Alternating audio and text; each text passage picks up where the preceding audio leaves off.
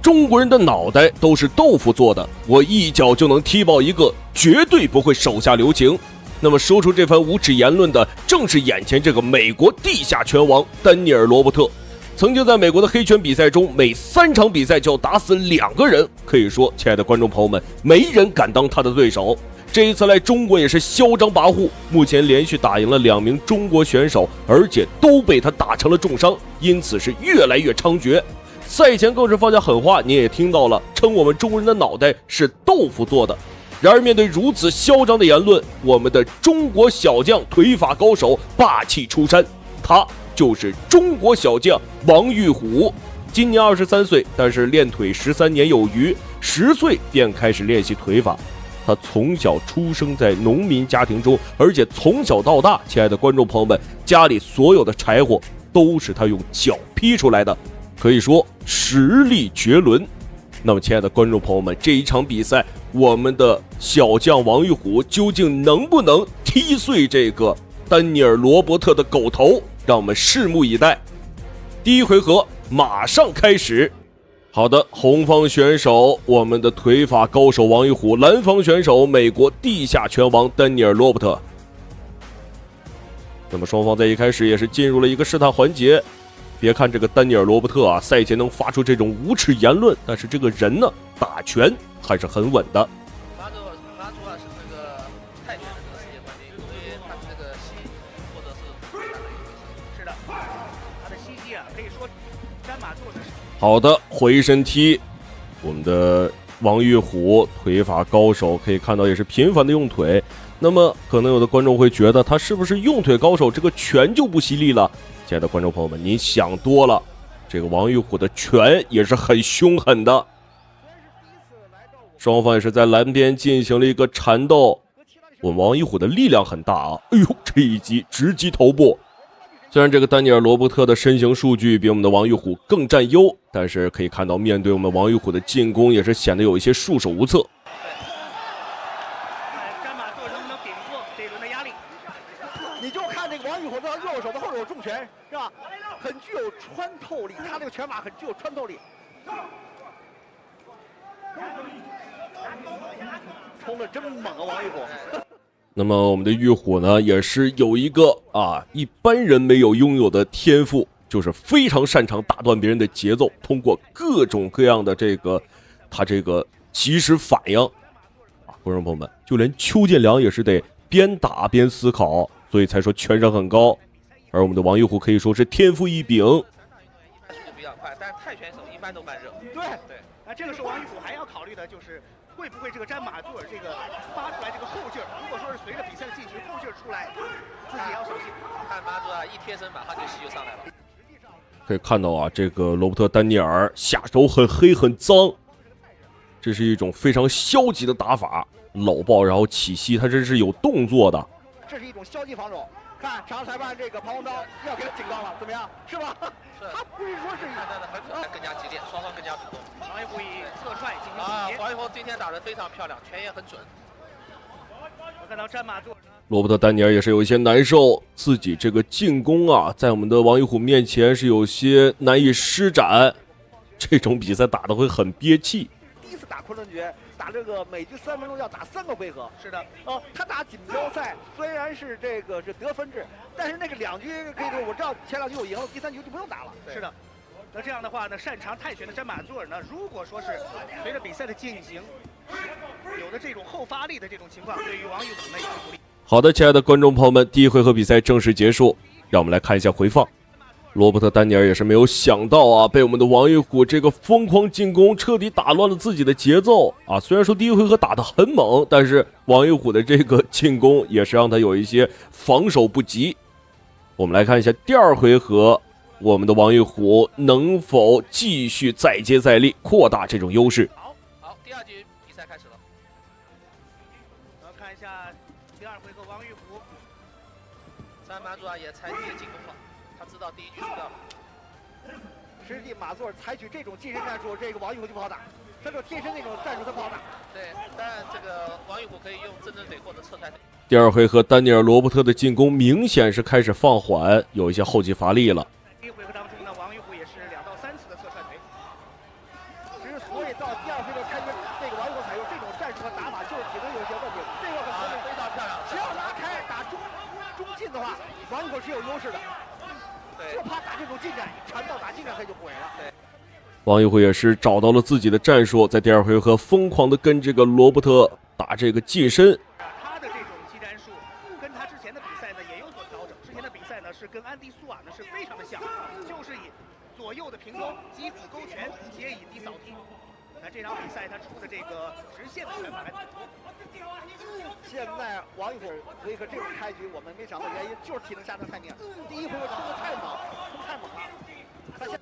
好的，这回轮到我们的王玉虎开始发力，也是想打一些短平快的组合拳，这对于我们的王玉虎来说也是非常的有利。一番一番的压力啊，确实在第二回合看能不能在体能上盯下来。他要用腿法控制距离，不要近身。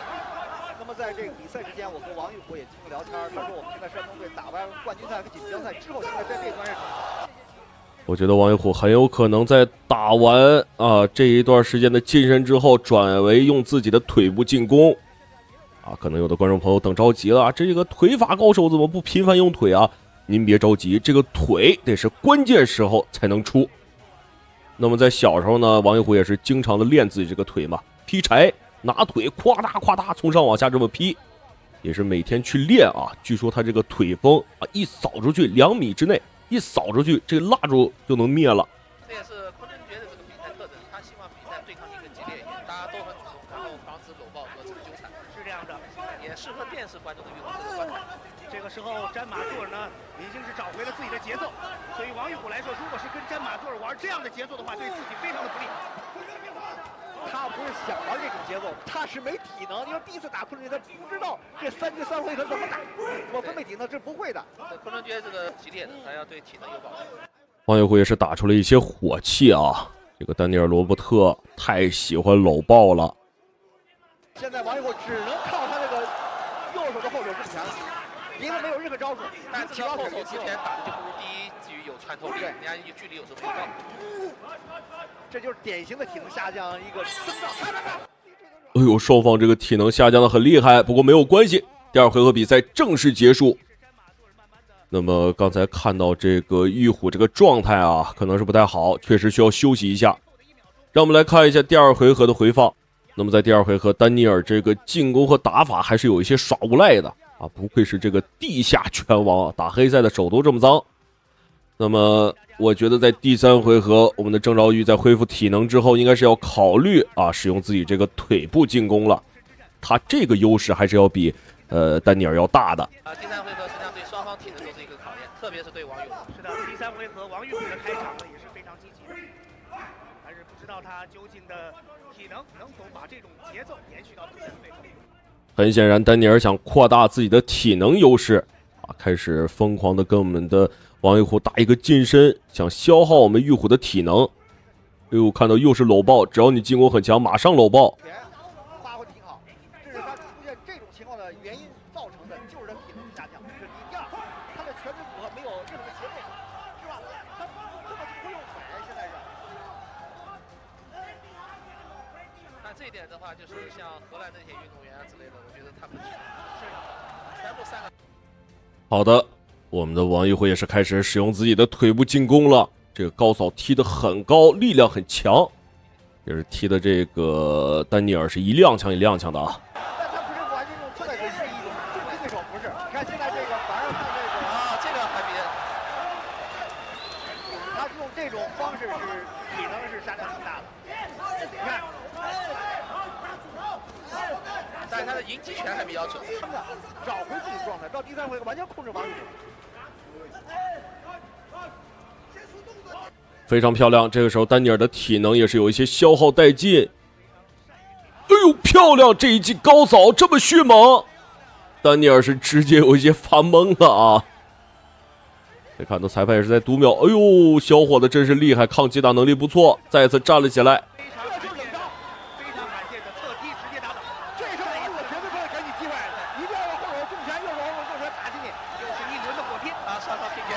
看谁的。这是一个戏剧性的一种场面，在场面站油枪，平马突然王一虎一个又高扫，突然高扫一个上头，给对方打倒，查了裁判给他扣2分，这个成绩就奠定他的胜利。好的，又是一记高抬腿，这个正蹬踢得很有力量啊！我相信这场比赛的胜利一定是归于我们的王玉虎啊！罗伯特确实也扛造化啊，这已经是第2次被击倒。第2次，对，回合麻醉为5秒，对，这比赛没悬念，这比赛就没悬念了，打得非常好。 2次强毒3分没了，对不对？尽管第2局肯定是做法可能马祖尔赢了，但是第3回合很明显啊，这个丹尼尔·罗伯，哎呦，漂亮漂亮！第3次击倒，已经是将这个丹尼尔的鼻子呀干出血了，非常的凶，不愧是我们的腿法高手王玉虎。让我们恭喜我们的玉虎获得了本场比赛的胜利。防守的这种机会，抓住机会，连续3次击倒詹马顿，而且罕见的 KO 的方式。这在不被看好的情况，第3回合冷招，你说冷招吧，又是中国的职业腿法，吃软腿上头，看。这一场比赛真的可以说是非常的精彩，我们的王玉虎也是在前2个回合进退有据，在第3回合找到节奏，锁定战机，仅用3脚就 KO 了这个嚣张跋扈的美国佬丹尼尔·罗伯特。好的，亲爱的观众朋友们，让我们再次恭喜我们的王玉虎获得本场比赛的胜利，而且感谢您的收看，我们下期再见。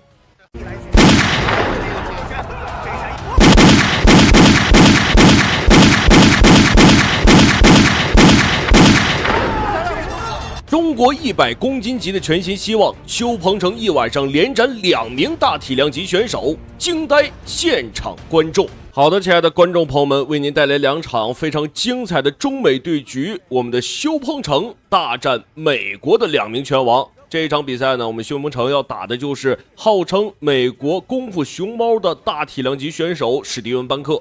您现在看到的就是我们的邱鹏程了，他是中国100公斤级的全新希望。观众朋友们，过去是一位专业的散打运动员，现在转战拳击比赛，属于是一名重炮型的选手，擅长使用连续的重拳，可以说实力相当了得。那么现在中国这个大体量级的比赛啊，鲜有出色的选手，邱鹏程的出现预示着中国又迎来一位走出中国征战世界拳坛的悍将。而您现在看到的则是他的对手，人送外号功夫熊猫的史蒂文·班克。亲爱的观众朋友们，他是美国拳王，曾经在美国各大职业联赛效力，与其身材极不匹配的身手，尤其是那个高扫腿啊，让人是防不胜防。那么这一场比赛究竟是东风压倒西风，还是西风推过东风？亲爱的观众朋友们，第1回合比赛马上开始。我是科学乔博。好的，第1回合一开始，我们的邱鹏程啊，根本没有在乎对方这个体量级要比自己大啊，直接是先进攻，这个进攻欲望很强啊，也是打了史蒂文·班克一个措手不及。这个身材看起来很不错，是的，大重量级的肌肉线条这么好。邱鹏程是一名重炮型的选手，善于使用连。那么从这个角度来看的话，这个史蒂文·班克啊，确实比我们的邱鹏程啊高出来很多，也胖出来不少。哎呦，我们的邱鹏程是初生牛犊不怕虎，进攻非常的迅猛，根本不看你是不是比我高比我壮。这个肉不够这个坚实，但实际上的重拳也很重。是的，特别是他的高扫踢啊，经常让人防不胜防。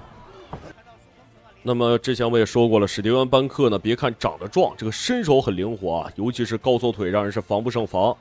那么面对这种选手，我们的邱鹏程也是选择打一个近身啊，不给你使用高扫腿的机会，很聪明。要把速度感打出来，你年轻气盛，速度比他快，因为你毕竟要比对方轻20多公斤的，移动速度肯定要比他快得多。而且年轻啊，要用自己的节奏打。对。在这个大体量级里啊，很少能看到我们邱鹏程这么清晰的肌肉线条，长得确实是壮啊。反观这个史蒂文·班克的话，就胖逮了一个。还用腿法。在上一场的比赛当中呢，功夫熊猫是立刻中国的拳击冠军阿斯哈提，说明他对防守这种拳法还是有自己非常独到的一套体系的。漂亮的一记重摆，我们的修鹏程也是一直在紧抓着自己的节奏。所以中国散打运动有中国散打运动的那个特点，你像那个修鹏程，他练散打的，他就移动速度快，年轻嘛，移动速度快，这是他的特点。你别看功夫熊猫体重比他重20公斤，他的现在功夫熊猫拳法还没发挥出来，重拳没打出来，打出来的话，那个修鹏程有点撑不住了。那么修鹏程呢，自己也说过，自己在当散打运动员之前啊，是考虑着说在街边摆摊卖烤冷面什么的。后来也是机缘巧合，哎呦，漂亮，很漂亮的一记抓单腿。可以看到这个史蒂文·班克这个肩上啊，好像是已经被蹭出血来了。那么之前呢，修鹏程也是打算说干一点小买卖嘛，后来机缘巧合才做了散打，再后来就是转战拳击。我们的修鹏程也是在这个道路上发现了自己的闪光点。所以这个重量级这个拳手的比赛实际上是很危险的，就是有时候一拳打中就改变局面了。好的，第一回合比赛正式结束。这一回合我们的修鹏程打的是非常的好啊，有进有退。那么这个史蒂文·班克也是打得有些难受，对手太灵活了，没有发挥自己全部的实力。我们来看一下比赛回放，他也是没有料到啊，修鹏程在一开始竟然选择主动进攻。一般来说，对这种大体量级，尤其超出自己公斤很多的，都会选择一个被动防守，因为怕承受不住对手的重拳。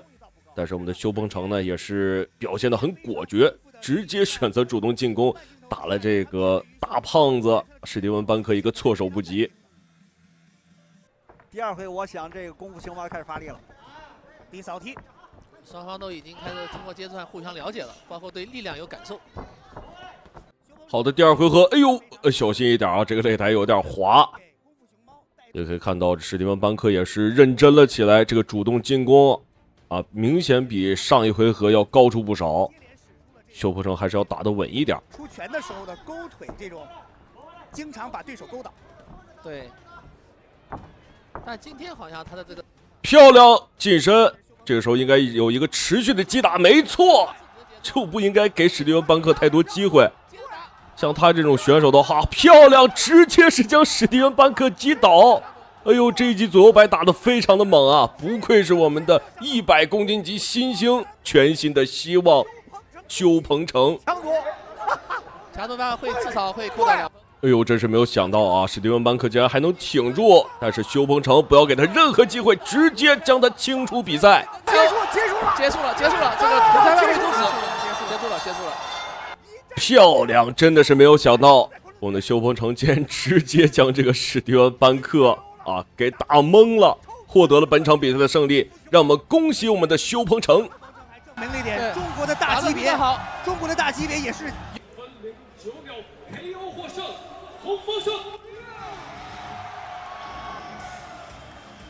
好的，亲爱的观众朋友们，那么第二场比赛啊，这是同一晚上发生的。这次我们修鹏程的对手则是美国的另一位拳王维吉尔，而且特别有意思的点是，他是史蒂文·班克的好友，这次出战也是为了替自己的好友复仇。他这个站立作战啊，据说是极强。我们的修鹏程还是要小心一点，可以看到一开始的双方打的又是很猛。这个维吉尔的进攻啊，感觉比这个史蒂文·班克还要猛。这种非常高难度动作，但是我们这场比赛要看维吉尔。曾经有人评价到，我没有看过任何一个人像维吉尔这么凶猛，我也没有看到任何一个人像维吉尔有着这么强的抗击打。可以看到，我们的修鹏程也是没有怂，选择继续与对方对拼。曾经在史泰龙的《洛奇》电影当中，他曾说：“人生就像一场拳击赛，不在乎你要走多远，而是你头上来了多少拳，你还能够冒着暴风骤雨而前行。”好的，我们的修鹏程也是稳抓自己的节奏啊，试图打乱这个维吉尔的节奏。但是维吉尔啊，不光是站立作战能力极强，而且抗击打能力也相当不错。所以说，想打乱他的节奏，可能需要费一定的功夫。非常大，但是他的爆发力还有拳腿的连接的流畅性都是极为的出色，像一个中小级别的选手。现在的大级别选手其实也非常灵活，像刚才的这个修鹏程直接高边就上头。是的，看到这场比赛，维吉尔面对修鹏程，能否？修鹏程这场比赛是非常急切的想要达到2场连胜的这么一个势头，但是这场比赛来看到维吉尔来者不善，首次在。好的，又是一波对拼。那么这个维吉尔呢，也是喜欢出重拳啊，看得出来出手很狠辣。哎呦，我们可以看到两方都是打红眼了啊，直接硬吃对手的进攻。的进攻顶住的压力再次反扑，双方拼得太凶了。像今天的比赛很有可能要有人被 KO 掉。是的，第一回合双方就这样对攻，在大级别。哎呦，可以看到这个维吉尔出拳是狠呐，直接把我们那个修鹏程的这个牙套给打出来了。双方对拼实在是太火爆了，双方在中近距离啊几乎没有1秒钟的停歇。比赛继续进行，能看到维吉尔他的站架是比较正面朝前的一种站架，这跟修鹏程站架极为相似，双方都互不相让。一扫踢，再去维吉尔，后手拳，修鹏程。那么第一回合后期，维吉尔，哎呦，我们的修鹏程直接是一击中摆，将维吉尔击倒在地。但是有一点可惜啊，这个维吉尔看上去好像还能打，哎呦，抗击打能力是真的强。但是没有关系，可以看到维吉尔已经是有一些踉跄了。我们的修鹏程也是没有放弃这次机会，选择继续跟这个维吉尔对拼。双方打的啊，这个火药味是愈发浓郁了。危险的这个，对，连续的重拳以及重腿。哦，这个林森应该是挽救了维吉尔。好的，亲爱的观众朋友们，第一回合比赛正式结束。那么这个第一回合比赛啊，我们的修鹏程也是打出了自己的气势。维吉尔也是没有想到啊，对手会打得这么凶猛。要不是铃声的话，我觉得我们的修鹏程在第一回合应该是能 KO 掉他。那么现在来看的话，比赛拖到第二回合也不是不行。我相信维吉尔现在无论是体能还是状态都不如我们的修鹏程了。是的，我刚才那个重击非常的重，特别的重，而且呢是结结实实是打到了维吉尔的腮帮。再看一下比赛的慢镜头回放，因为修鹏程和维吉尔两位选手呢都是不畏惧和对方对拼，这个反边拳，反手边拳，这是第一拳。哦，真结实，直接砸在这个腮帮。我是出了名的抗击打力是超强的一名选手。好，第二局比赛开始了，上来先是低扫踢。好的，第二回合比赛，维吉尔明显是在第一回合感受到了那种恐惧，选择是打一个后手，且战且退。程非常相似在哪儿，都在这儿寻找机会要那个 KO 拳，又是一拳跟刚才一模一样，但是没有得到高扫踢。现在维吉尔想要找机会进行反扑。看到修鹏程啊，他的场外的指导在说真的假的混合起来。哎呦，我不得不说啊，修鹏程这个攻势很黏呐，也是抓着这个维吉尔在打。那么在蓝边的话，维吉尔可能觉得自己这个使不上力，也是打算打中场。真正的印第安战士。对，但他现在面对的是中国最出色的大级别选手。是的，对，这场比赛看到双方啊又是反面拳，大一点。修鹏程的态势不济，颇为奏效。这是因为是自由搏击的比赛，这时候可以用拳，可以用腿，也可以用膝，但是不能用肘。是的，而且在不能。那么第二回合维吉尔这个心理防线啊，好像是被我们的修鹏程给压破了啊，打得很怂，有点不敢打的状态。是的，这也比较凶险，然后很多这种著名的运动员也在这里被 KO 掉。是的，这场比赛作为上海全民生的开山之战，真是已经让全场的观众大饱眼福。修鹏程刚才假动作想要起前腿的高边腿，不知道是不是有后手拳隐藏在后面呢？哦，扫踢，转身的扫踢来。好的，虚晃打后手，漂亮！维吉尔直接被这一击中摆，干挺倒地，非常漂亮。裁判宣布比赛结束，让我们恭喜我们的修鹏程获得本场比赛的胜利。再多了，因为他 KO 的是一位以抗击打力超强的美国印第安战士。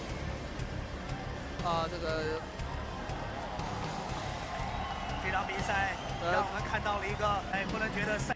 邱鹏程实在是太厉害了，不愧是100公斤级的全新希望，一晚上连斩2名战将，而且都是美国的拳王，可见其实力绝对是不俗的。那么也希望我们的邱鹏程能像他的名字一样，在未来的比赛中鹏程万里，走出世界。那么亲爱的观众朋友们，感谢您的收看与支持，让我们下期节目不见不散。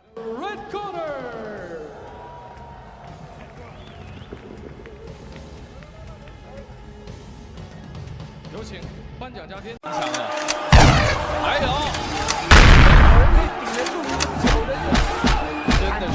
注意看，日本拳王实在太嚣张，竟然身披5条金腰带来滑踢馆，更是穿着日本空手道道服，无时无刻不在彰显他的实力与荣誉。这模样不禁让人觉得他的金腰带是不是垃圾堆里捡来的？只见这家伙高举手臂进入比赛现场，可能是怕金腰带掉在地上被我们的中国选手给抢走。其实早在媒体发布会上，这家伙就已经放下狂言，他称无论今天的对手是谁，都会被他一拳打进棺材里。然而这家伙绝对想不到，被派出的中国选手竟是日本克星中华民族王洪祥霸气登场。此时的王洪祥已经有1年时间没打比赛，但就算如此，当他听说嚣张的小日本子又来踢馆了，王洪祥当即霸气出山，只为亲手教训这名不知天高地厚的家伙。那么我们也是废话少说，为了让更多中国人看到王洪祥的精彩表现，麻烦屏幕前的帅哥美女长按3秒点赞。小编在这里祝各位财神点名，福星保佑。随着裁判一声令下，比赛正式开始。红色短裤便是我们的百姓英雄王洪祥，白色短裤则是日本武冠王Ting。万万没想到，脱下衣服的日本选手竟是如此模样。估计是想要利用现场的灯光来对我们的视线造成影响。这家伙也是根本没把王洪祥给放在眼里，但很快他就将为自己的嚣张姿态付出代价。优胜。那不过在他站立技巧方面呢，我是对王洪祥有信心的。这位日本选手呢，也是这个给不住了。这场比赛什么条理？不知道电视机前观众朋友能不能通过我们的现场话筒感受到现场观众的气氛？真的，大家的这个掌声和欢呼都在给王洪祥加油。其实刚才主任也说到了，回归的原因就是因为留恋。我相信这样的欢呼声也一定是每一个选手最留恋。相信我两边的王东娇老师、夏雨老师都很激动，而我却反而变得低落了，因为毕竟时间在我们的身上留下了太多的影子。王洪祥还没开始发力，日本选手就已经承受不住，连续的组合进攻更是把日本选手给吓破了胆子。但没想到这家伙依旧是嘻嘻哈哈的嘲讽王洪祥，这下王洪祥也是彻底不打算再给对手留一点面子，相信接下来这家伙一定会对王洪祥留下一个深刻的印象，甚至说是心理阴影都不为过。霍元甲不在小说里出现的黄飞鸿，那现在王洪祥又回来了，因为留恋回来了。在这场比赛上，王洪祥带来的不光是比赛的愉悦，而且给我们带来了一个作为舞者的直觉。为了准备这一次的比赛，他从90公斤降到80公斤，整个的过程都一直在关注王洪祥在这场比赛上能给我们带来怎样的表现。我们现在就在拭目以待这个历史的时刻。就快到了。说这个天啊，李新熟的空手道这个选手，是这种传统流派的空手道，这种流派的选手可能在这个搏击。比赛进入到第2回合，王洪祥虽说已经是1年没有步入这个擂台，但曾经怎么说也是一个绝对的拳坛悍将，更是保持着日本人克星的响亮称号。今天无论如何都要以强势姿态 KO 这名嚣张的小日本，不然传出去只会让外国媒体更加瞧不起中国拳坛。所以王洪祥这场比赛才火力全开，完全没打算给对手留下一丝反抗的机会。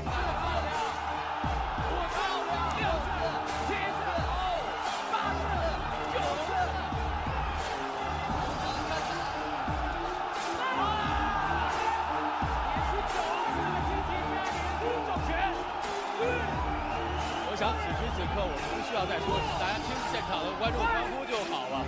对的。王要一次站起来了。非常顽强。我相信王洪祥以他的经过这一次的击打，这家伙也是不得不认真起来。尽管是拥有着超出常人的抗击打能力，但面对王洪祥近乎无解的进攻手段，他依旧是难以抵挡，脸上也再没有了第1回合里的嘻哈模样。毕竟，就算是认真起来，都难以对抗王洪祥，更别提不认真的时候了。对于王洪祥来说，此时的日本选手更是宛如一个会移动的沙包，根本就没有感受到一点压力。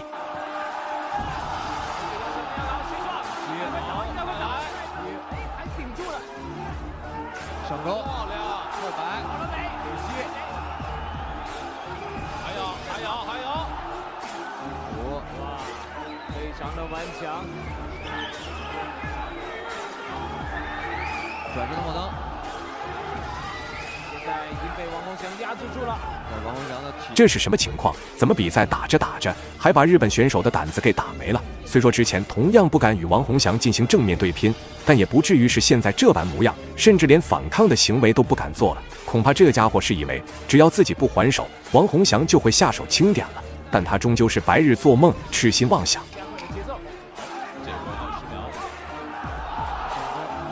打继续，漂亮，你这应该是不小心间。裁判的执法尺度还是很严的。比赛来到最后一个回合，日本选手恐怕是受到了自己教练团队的开导，感觉自己又行了，又恢复了第一回合的状态，可能是想起了自己身披5条金腰带嚣张出场的样子。这家伙明显是不想再继续丢脸下去了。但两人之间的实力差距可不是这一点想法就能弥补的，就算是重新振作了起来，但在王洪祥面前依旧不够看。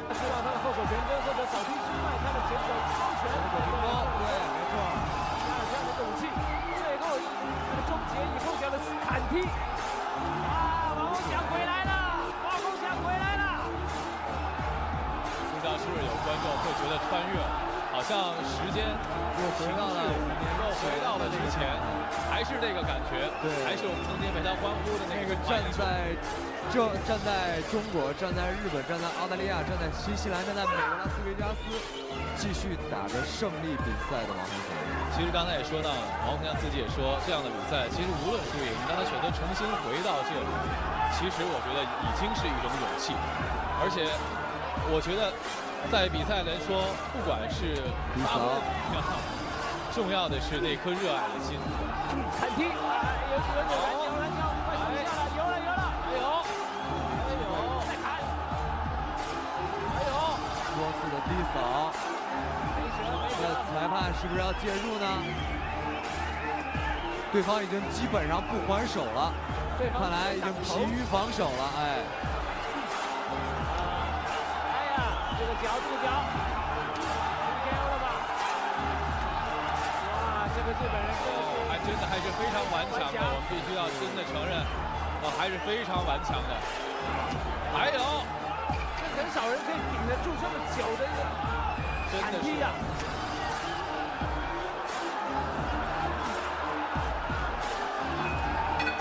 比赛结束了，那么最后也是让我们恭喜王洪祥拿下本场比赛的胜利，几乎整场碾压着对手，这个表现实在是太精彩了。那么本期视频到这里就结束了，观众朋友们，我们下期再见。